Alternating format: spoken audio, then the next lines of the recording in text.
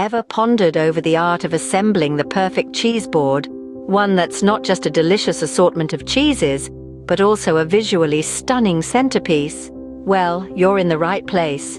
This is Cheeseboard Assembly 101. The first step in this culinary journey is to select the right board. This could be a dedicated cheese board or even a large wooden cutting board. The key is to ensure that it will comfortably hold all the ingredients without seeming too crowded or too sparse. Now, let's turn our attention to the smaller items. Things like olives, nuts, and olive oil. These should be transferred to smaller, decorative dishes, which add an aesthetic appeal to the board. These dishes should be placed on the board first. Next, it's cheese time. Arrange the cheeses on the board, grouping similar types together. This not only makes it easier for guests to understand what they're selecting, but it also creates a visually pleasing pattern on the board. Once the cheeses are in place, it's time to fill in the gaps with the meats. The contrast of the meats against the cheeses adds to the visual appeal and also provides a balance of flavors for the palate.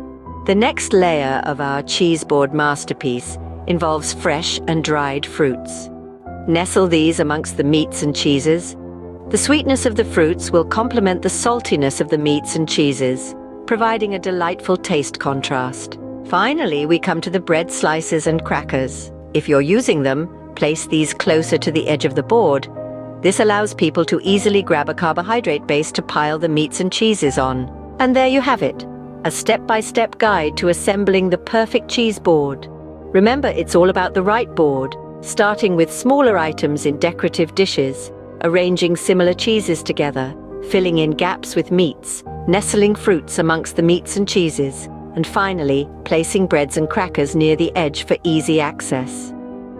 With these tips in mind, the next time you find yourself preparing for a gathering, you'll be well equipped to create a cheese board that's not just a treat for the taste buds, but also a feast for the eyes. Happy